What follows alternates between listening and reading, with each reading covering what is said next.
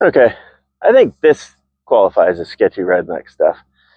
So what I did was I got it on the other side of it, I lifted up, and because most of the weight was on the cable, snatch block, I was able to maneuver it fairly easily, and I'm sorry I didn't get it on video. So now I've got it up on the frame, and what I'm going to try and do is get some of those 4x6 beams that I have, put them underneath, and then set it down on the beams, and that way I can get it on the other side and I can winch it up onto the frame.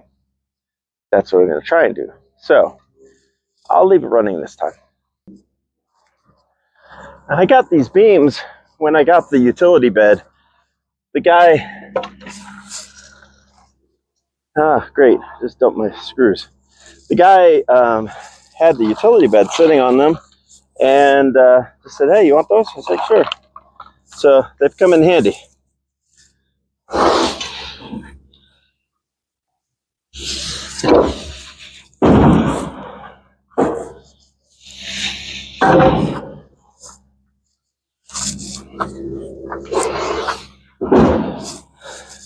I have a feeling that was the easy one. Let's try another one. Now, to be clear, I don't need 4x6 beams, but that's what I've got. So that's what I'm going to use. I could run out and get 2x4s, but I don't feel like it.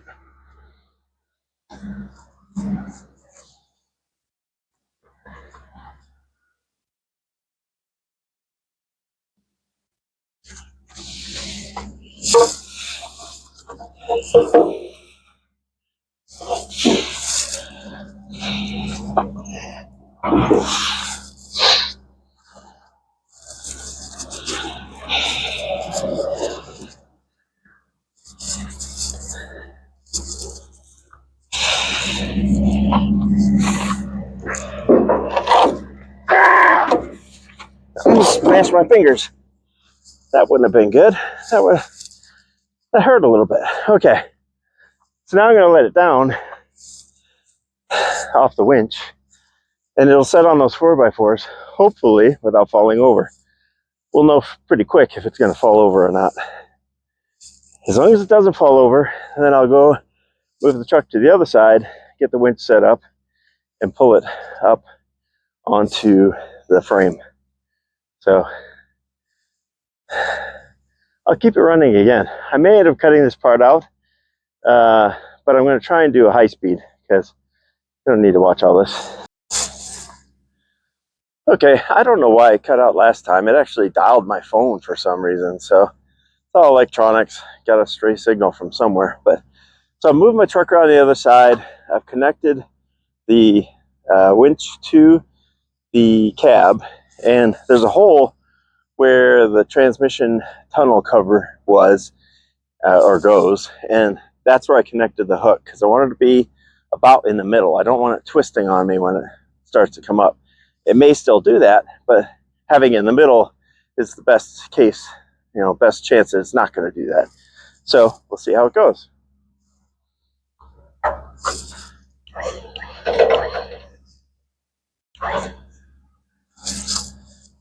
And you want to make sure you're not in the line of fire.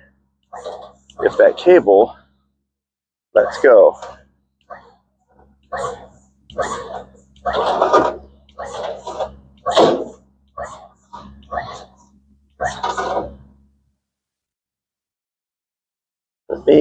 I'm going to throw another strap on this up here to keep it from pulling sideways.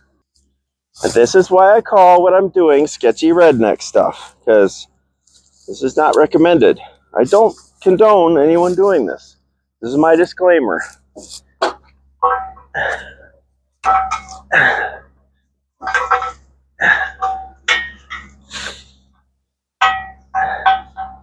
If you do this, you do it of your own free will.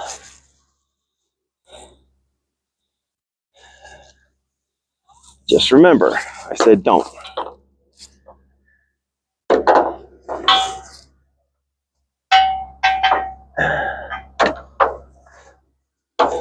So I'm wrapping that around the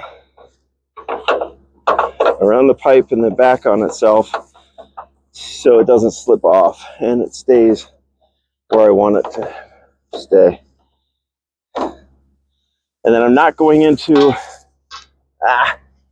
the, is it going to do what I want it to do? Doesn't appear so. There we go. I'm not going into the stake pocket. I'm going into the hole that's on the side of the stake pocket. If you go in just the stake pocket, the top of the stake pocket, it might rip out or bend out. Whereas the hole, there's more meat there.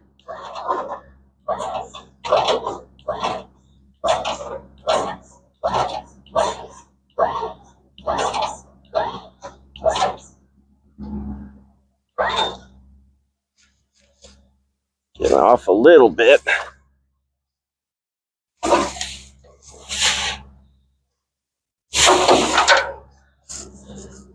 Now pretty soon, I'm going to reach a tipping point and it's going to come down. Aha!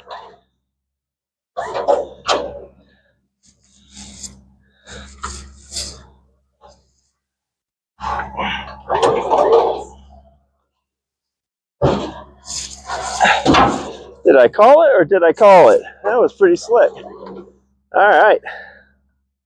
That worked out pretty darn good. Better than I was thinking it was going to.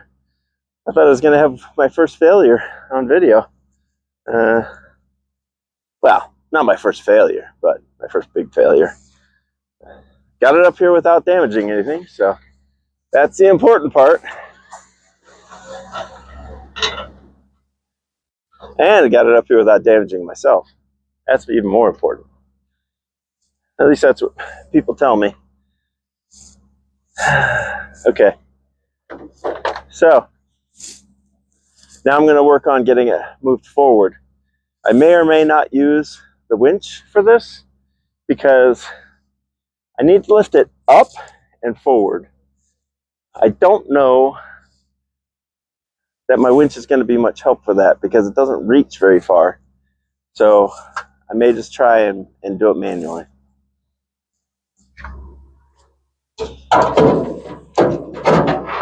Now I can disconnect the winch. Push it forward a bit.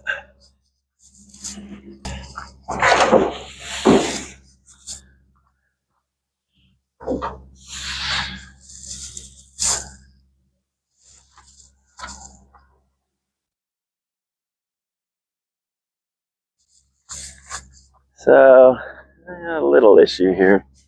The 4x6 beam isn't far enough over. There we go. The whole cab needs to go towards my truck. Of course, I think I'm hitting my truck now. But let's get. No, I'm not hitting my truck yet. Close, but not. So the cab needs to move towards me and forward.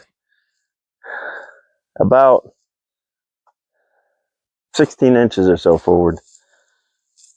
We'll see if I can get it manually.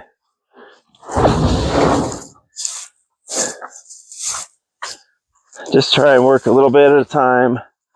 Take your time. Don't rush it.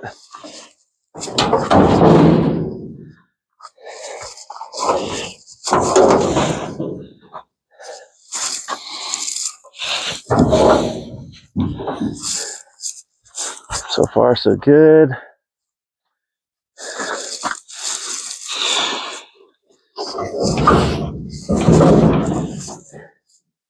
One thing I got to be careful of, like I said, it's face heavy or firewall heavy. So I don't want to get too rambunctious and get it rolling forward on me because then it's going to roll over on my engine and roll over on the transmission the way I don't want it to. So I have to be a little careful. But I should be careful anyway because I don't want to damage anything. So I'm going to show you this. Move it over here so you can see what I'm trying to do. The transmission here, the shifter sticks up a bit, so I actually need to get the front end of the 68 cab up and then forward. Once I get over that, it can come down a little bit if I need to, but to get it as far forward as I need to get up because it won't clear that. But I think I can use the beams to help with that. Stuck on something.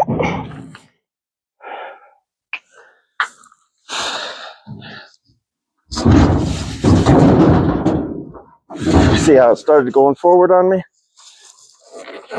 Be careful of that. Okay, so we're getting close. I think if I go over there with my truck and bring it as close as possible, I think I can hook down under there and lift the front end up over that. That's what I'm going to try and do. I had to nestle it right up against there. I think I actually tapped the 550 frame, and I have to be careful because it's on jack stands. It's still a little short. I wish I'd built this cherry picker just a little bit longer, but I think I said before, the longer you get away from the point where it's getting connected, that distance is called a moment arm. So if you have 500 pounds out here and it's 4 feet, it's multiplied by that 4 feet. So the further you get, the more feet, the more multiplication, the heavier it is, the more stress, the more danger. So it is what it is right now. I have a cherry picker. I have a cherry picker I bought that was broken. The casters were broken on it. And I was going to modify it to go on this. And I got there's so much to do. So many projects are going on. And I got, what's it called? Impatient. Yeah, I got impatient. And so I'm trying to make do with what I've got. So we'll try this and see if it works. And go from there if it doesn't.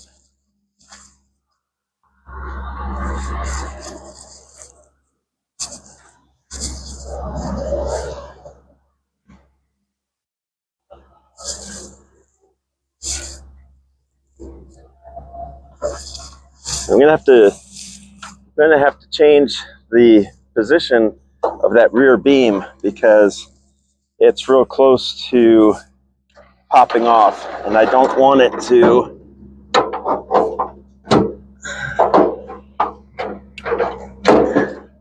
I don't want it to come off. Oh, the other thing I got to make sure is that I can get this hook off when I'm done.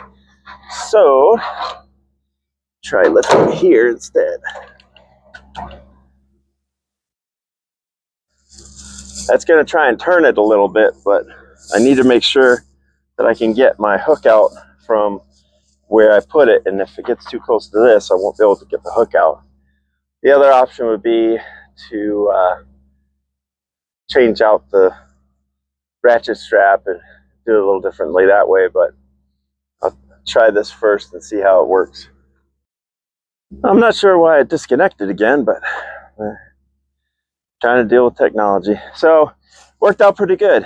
It did slide towards me a little bit because of where the attachment point was. It wasn't in the middle, which I was expecting, but it did get it high enough to get over the shifter. So I was able to push it again because most of the weight was supported by the cable. I was able to push it into place. Now I'm trying to get this beam out of here.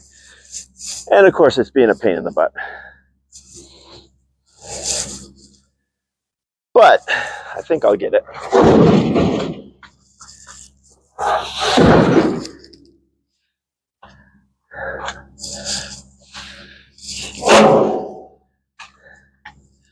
I think what I'm going to do is I'm out of frame. I think what I'm going to do is I have what's called a high lift jack or a farm jack. I think we're going to get that out here. It's over in my shop. But I'm going to grab, I have to check the storage unit here, but I'm going to get that. It lifts 48 inches, so that will allow me to manipulate this a little easier, almost like having a second set of hands, because if I put the jack under here and then I lift over there, now it's lift. I can lift against the jack instead of having it move all over on me. So I think that's what I'm going to do. But I'm pretty happy. I mean, the cab's pretty much in place, so that's awesome. And I didn't kill myself, and I didn't damage anything. So I've said it before, it'd be nice if I had all the tools, and I do have a lot of tools. Let me get my face in here. I do have a lot of tools, but I don't have a forklift. I don't have a gantry crane. I don't have, the redneck cherry picker set up the way I wanted it to, so it would lift higher and further. But you do what you can with what you got. So happy with what I've got so far. This is going to have to be jacked up anyway. I've got some jack stands that I made out of wood for the utility bed when I was putting it in place, which was another redneck sketchy setup. But I think they're going to be the right height for me to put the cab on those, and then I can get a position where it needs to go and work from there. So like I said, the cab may sit higher or lower than I expected, and if it does sit somewhere other than where I expected, then I'm going to have to adjust the grill accordingly, because the fenders come off the cab. The fender bolts here and here, and then comes forward. Actually bolts here also, I think, but it comes forward and it connects to the radiator support here. So everything has to be aligned, or aligned, in line. Can't have things all cattywampus. Well, yes, you could, but it would look like a hunky piece of junk. So yeah, that's what I'm going to do. So the next time you see this, it'll probably be on those jack stands or stands that I made, and we'll go from there. Thanks for joining me for this this edition of Building with Blue. I hope you enjoyed it and got some value out of it, and keep on building. Glad you're here.